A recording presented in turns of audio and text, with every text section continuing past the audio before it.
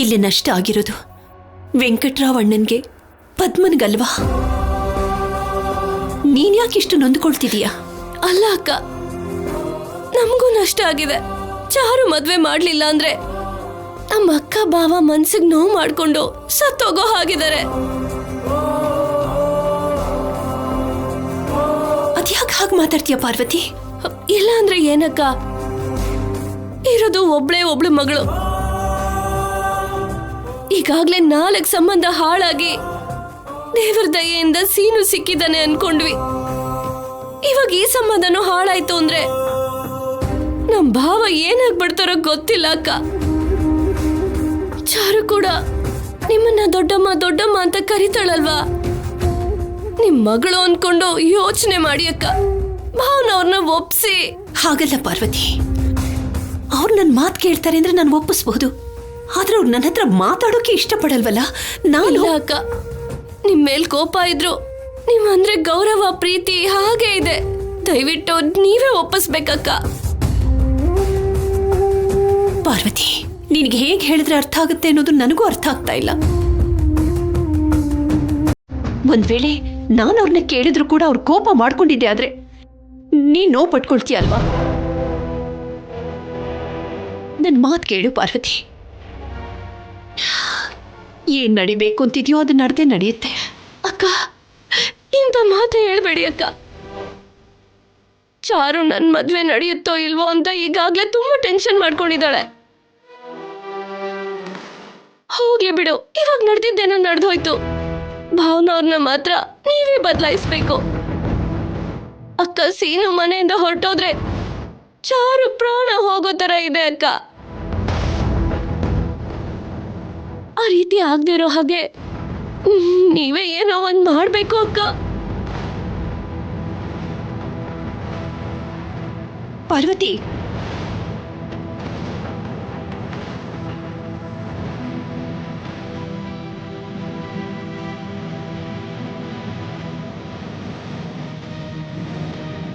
ಹೌದಮ್ಮ, ಚಿಕ್ಕಮ್ಮ ಹೇಳಿದ್ದು ನಿಜಾನೇ. ಸೀನು ಮಾವ ಇದ್ದಕ್ಕಿದ್ದ ಹಾಗೆ ಮನೆಯಿಂದ ಆಚೆ ಹೋಗಿರ್ಬೇಕು ಅಂದ್ರೆ ಹೇಗೆ? ಚಾರು ಬಗ್ಗೆ ಬಿಟ್ಬಿಡು. ಸೀನು ಮಾವ ನಮಗೋಸ್ಕರ ಎಷ್ಟೆಲ್ಲ ಕಷ್ಟಪಟ್ಟಿದ್ದಾನೆ. ಅವತ್ತು ಪ್ರಭಾಸ್ ವಿಷಯದಲ್ಲಿ ನನ್ನ ಹೆಸರು ಹೊರಗೆ ಬರಬಾರ್ದು ಅನ್ನೋ ಕಾರಣಕ್ಕೆ ಅವನು ಚಾಟಿ ಏಟ್ ತಿಂದಿದ್ದಾನೆ. ಅಂಥ ವ್ಯಕ್ತಿನ ಮನೆಯಿಂದ ಆಚೆ ಕಳ್ಸೋದು ಅಂದ್ರೆ ಏನಮ್ಮ? ಅಳಿಯ ಅನ್ನೋ ಮಾತೇ ಹೊರತು ಈ ಮನೆಗೆ ಮಗನಾಗಿದ್ದಾನೆ. ಸೀನು ಅಂದ್ರೆ ನಿಮಗೆಷ್ಟು ಅಭಿಮಾನನೋ ಪ್ರೀತಿನೋ ನನಗ್ ಗೊತ್ತು. ಈ ಮನೆಯಿಂದ ಸೀನು ಹೊರಟೋದ್ರೆ ಒಂದು ಕಣ್ಣು ಹೋದ ಹಾಗೆ.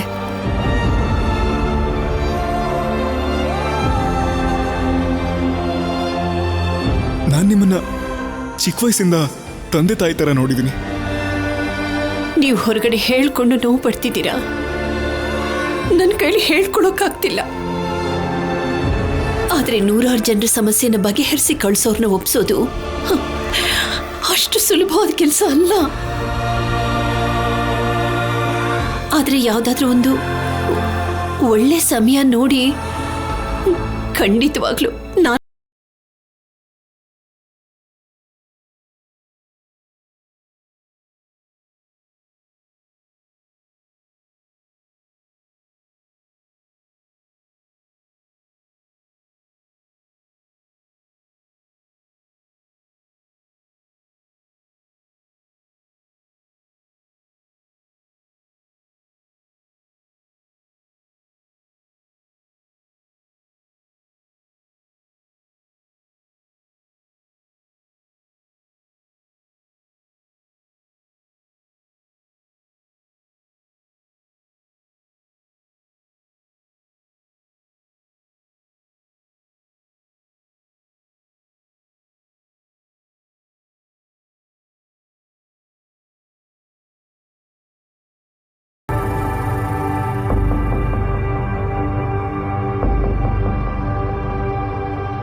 ಅತ್ತಮ್ಮ, ನಾವು ಹೊರಡ್ತೀವಿ.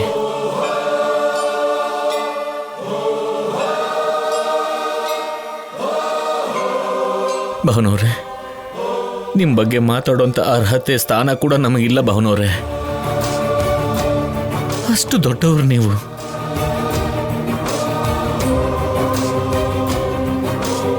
ನಾನಿಲ್ಲಿ ಕೈಲಾಗ್ದಿರೋ ಅಸಮರ್ಥನ ಥರ ಇದ್ರೆ ನನ್ನ ಕುಟುಂಬನ ಮಕ್ಕಳ ಹಾಗೆ ನೋಡ್ಕೊಂಡ್ರಿ ನೀವು.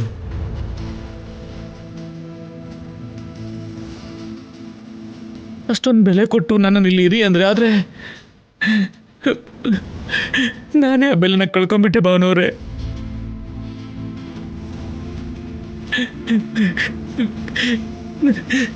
ನನ್ನ ಕ್ಷಮಿಸಿ ಭಾವನವ್ರೆ.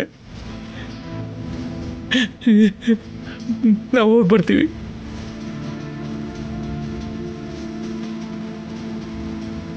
ಅತ್ತೆ, ಮಾವ ನಿಂತ್ಕೊಳ್ಳಿ. ಅಪ್ಪ, ಮಾವ ಎಲ್ಲ ಹೊರಟು.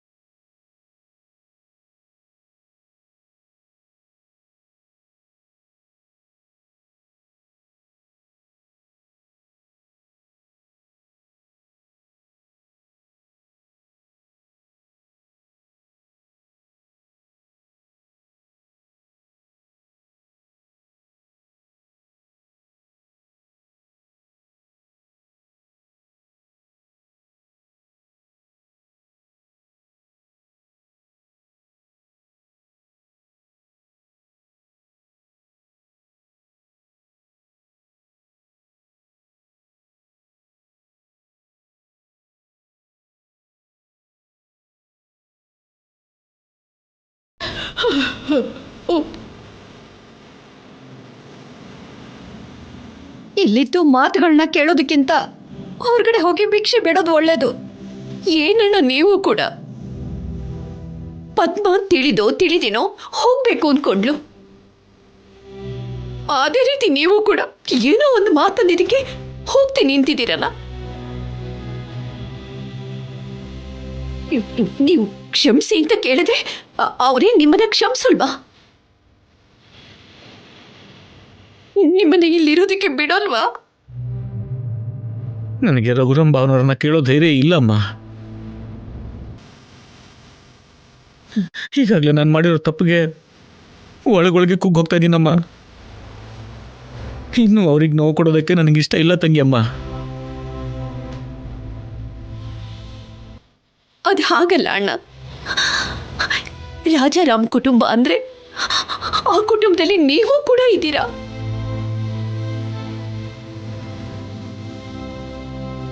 ಲೋ ಸೀನು, ನೀನ್ ನಮ್ಮನ್ನ ಅಪ್ಪ ಅಮ್ಮ ಅಂತ ಅನ್ಕೊಂಡಿದೀಯ ಅಲ್ವಾ? ಈ ಅಪ್ಪ ಅಮ್ಮನ ಬಿಟ್ಟು ಹೋಗೋದಕ್ಕೆ ನೀನು ರೆಡಿ ಆಗ್ಬಿಟ್ಟಿಯಾ? ನಿಮ್ಮ ಮಾವನ್ನ ನೀನಾದ್ರೂ ಕೇಳ್ಬಹುದಲ್ವೇನೋ? ಏನಂತ ಕೇಳಲಿ ಅತ್ತೆ? ನಮ್ಮಪ್ಪ ಕುಡಿತಾರೆ, ಕ್ಷಮಿಸ್ಬಿಡಿ ಅಂತ ಕೇಳ್ಕೊಳ್ಳ? ಯಾವ ಕೆಲಸನೂ ಮಾಡಲ್ಲ, ನೀವೇ ಸಹಿಸ್ಕೋಬೇಕು ಅಂತ ಕೇಳಲ್ಲ? ನಿಜ ಹೇಳೋದಾದ್ರೆ ಮಾವ ಈ ಕೆಲಸ ಯಾವಾಗ್ಲೂ ಮಾಡಬೇಕಾಗಿತ್ತು. ಆದ್ರೆ ಇಷ್ಟು ದಿನ ಮನೆ ಬಿಟ್ಟು ಹೋಗು ಅಂತ ಹೇಳ್ದೆ ಇರೋದು ಅದು ಮಾವನ್ ದೊಡ್ಡ ಗುಣ. ಇವತ್ತವ್ರು ಹೇಳಿದ ಮೇಲೂ ಹೋಗದೆ ಇದ್ರೆ ಇದಕ್ಕಿಂತ ದೊಡ್ಡ ತಪ್ಪು ಬೇರೆ ಇರಲ್ಲ ಅತ್ತೆ.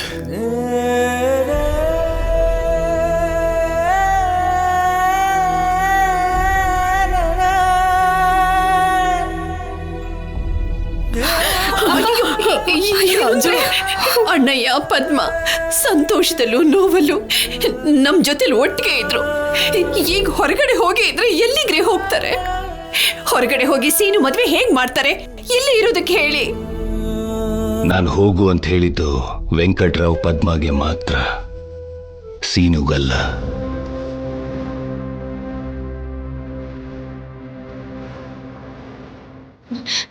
ಇದೇನ್ ಭಾವನವ್ರೆ, ತಂದೆ ತಾಯಿನ ಬಿಟ್ಟು ಮಕ್ಳು ಇರ್ತಾರಾ? ಇವನನ್ನ ಚಿಕ್ಕ ವಯಸ್ಸಿಂದ ನನ್ನ ವಾರಸ್ದಾರ ಅಂತಾನೆ ನೋಡ್ಕೊಂಡಿರೋದು. ಇವನಿಗೆ ನನ್ನ ಮಾತಿನ ಮೇಲೆ ಗೌರವ ಇದ್ರೆ ಇಲ್ಲೇ ಇರ್ತಾನೆ.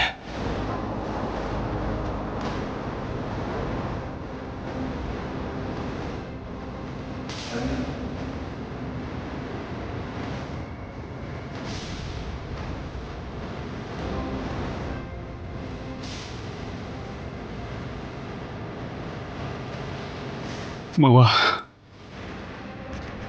ನಾನು ಚಿಕ್ಕವನಿದ್ದಾಗ್ಲಿಂದ ನಿಮ್ಮಡ್ಲಲ್ಲೇ ಬೆಳೆದಿದ್ದು ಮಾವ.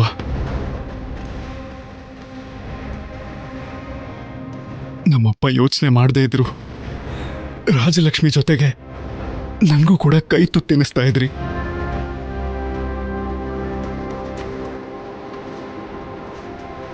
ನೀವೆಂಥ ಶಿಕ್ಷೆ ಕೊಟ್ಟರು ನಾನು ತಡ್ಕೋತೀನಿ. ಎಷ್ಟೇ ಕಷ್ಟ ಬಂದ್ರು ಧರ್ಮನ್ ಬಿಡಬಾರ್ದು ಅಂತ ನೀವೇ ಅಲ್ವಾ ಮಾವ ಹೇಳಿದ್ದು?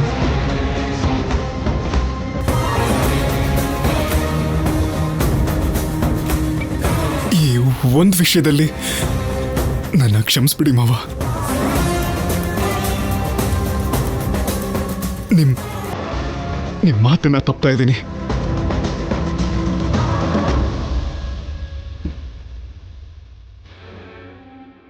ನಮ್ಮಪ್ಪ ಅಮ್ಮನ ಜೊತೆ ಹೊರಟೋಗ್ತಾ ಇದ್ದೀನಿ.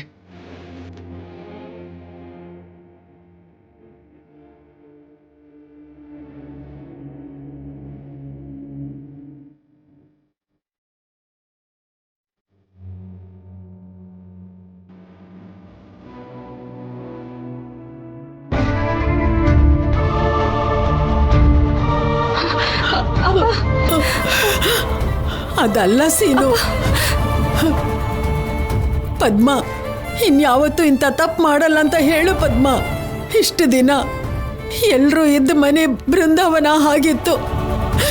ಇವಾಗ ಹೀಗೆಲ್ಲರೂ ಮನೆಯಿಂದ ಹೊರಟೋಗಿ ಈ ಬೃಂದಾವನನ ಮರುಭೂಮಿ ಮಾಡಬೇಡಿ.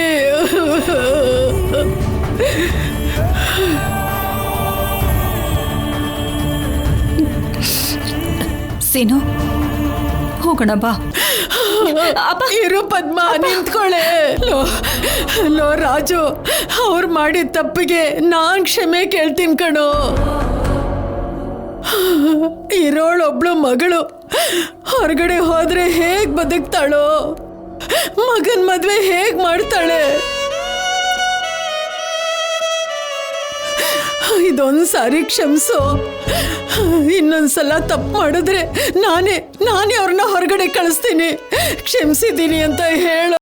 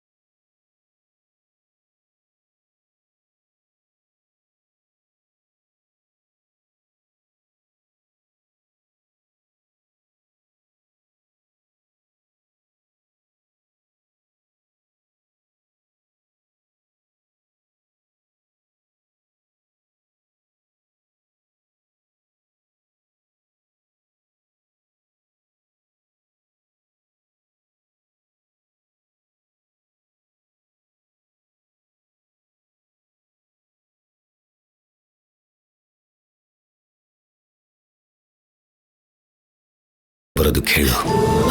ಆಗ್ಲಿ ಕಣೋ, ಆಗ್ಲಿ. ಅಮ್ಮ, ಪದ್ಮ ಪದ್ಮ, ಅಣ್ಣ ಒಪ್ಕೊಂಡ ಅಮ್ಮ. ಬಾ ಅಮ್ಮ, ಬನ್ನಿ ಒಳಗಡೆ ಬನ್ನಿ, ಬಾ ಅಮ್ಮ. ನೋಡ್ರಿ, ಗಂಡನಿಂದನೇ ಹೆಂಡ್ತಿಗೆ ಬೆಲೆ ಕಡಿಮೆ ಆಗೋ ಕೆಲಸ ಮಾಡಿ ನನ್ನ ಇನ್ನೂ ಕೀಳಾಗಿ ಮಾಡಬೇಡಿ. ಇನ್ನೊಂದ್ಸಲ ಇಂಥ ಕೆಲಸಗಳನ್ನ ಮಾಡಿದ್ರೆ ಆವತ್ತು ನೀವು ನನ್ನ ಜೀವಂತವಾಗಿ ನೋಡಲ್ಲ.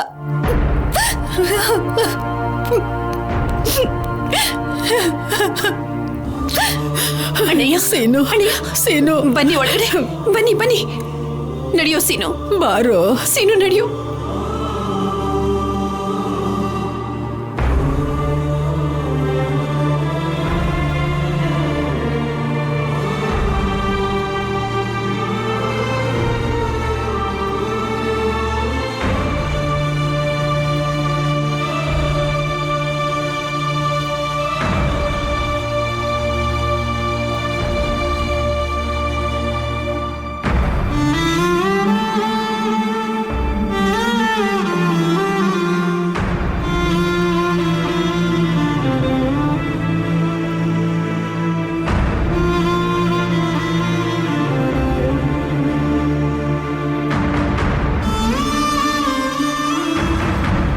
ಏನಪ್ಪ ಇವಾಗ ಬೇಜಾರು ಮಾಡ್ಕೊಂಡು ಏನು ಉಪಯೋಗ ಇದೆ?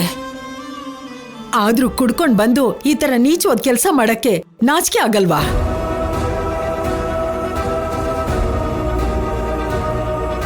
ಸರಿ ಬಿಡು, ಆಗಿದ್ದಾಗೋಯ್ತು.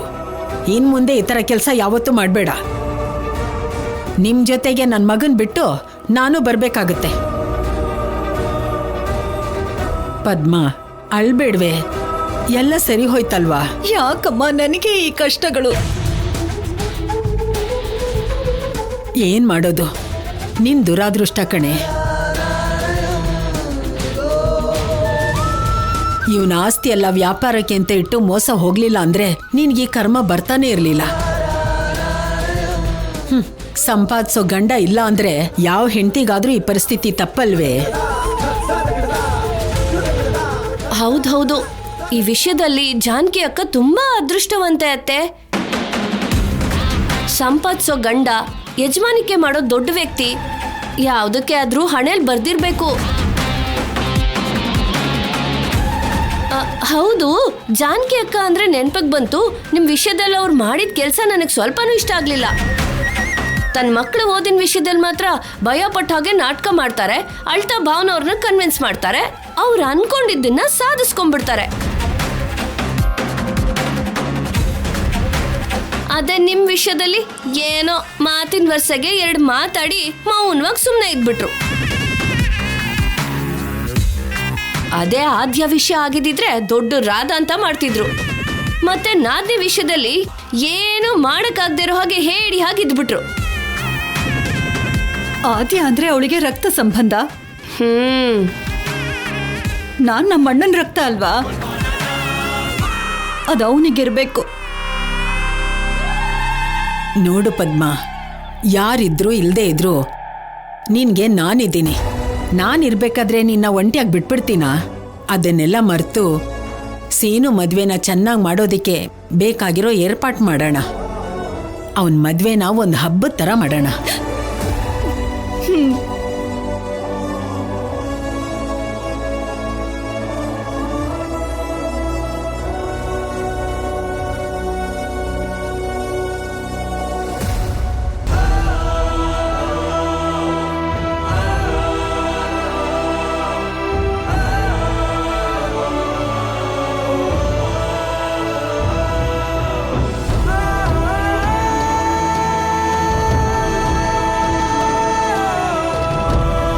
ರಾಜಲಕ್ಷ್ಮಿ, ಹಾಕಿ ಪ್ರಾಕ್ಟೀಸಿಗೆ ಬರಲ್ವಾ? ಈಗ್ಲೇ ಲೇಟ್ ಆಗಿದೆ, ಬಾ. ನಾನು ಬರ್ತಿಲ್ಲ, ನೀವೆಲ್ಲ ಹೋಗಿ. ಸರಿ ಬನ್ರಿ, ನಾವ್ ಹೋಗೋಣ.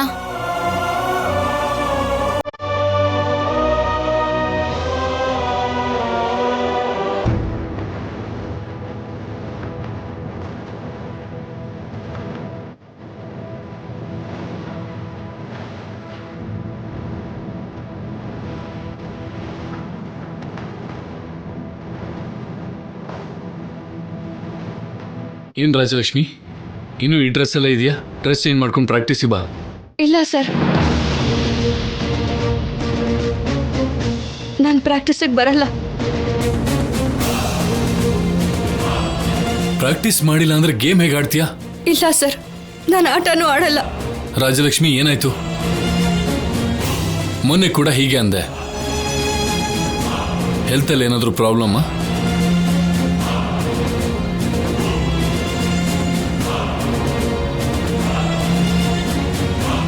ಕಾಲೇಜಲ್ಲಿ ಆಟ ಆಡಕ್ಕೆ ಕೊಡೋ ಬೆಲೆನ ಕೂಡ ನನ್ನ ಮಾತು ಕೊಡ್ಲಿಲ್ಲ ನೀನು. ನೀನು ಬರೀ ಓದ್ಕೊಳ್ಳೋದಕ್ಕೆ ಮಾತ್ರ ಕಾಲೇಜಿಗೆ ಹೋದ್ರೆ ನನಗೆ ಯಾವ ಅಭ್ಯಂತರನೂ ಇಲ್ಲ. ಮತ್ತೆ ಹಾಕಿ ಅಂತಾನೋ ಮತ್ತೊಂದು ಅಂತಾನೋ ಹುಚ್ಚಾಗಿ ಆಡಿದ್ರೆ ನಾನು ಹೇಳ್ದಾಗೆ ನಿನಗೀಗಲೇ ಮದುವೆ ಮಾಡಿ ಕಳಿಸ್ಬಿಡ್ತೀನಷ್ಟೆ. ರಾಜಲಕ್ಷ್ಮಿ, ಹೇಳು, ನಿನ್ನ ಪ್ರಾಬ್ಲಮ್ ಏನು? ನನ್ನ ಜೀವನದಲ್ಲಿ ಇನ್ನು ಮುಂದೆ ಹಾಕಿನೇ ಇಲ್ಲ ಸರ್.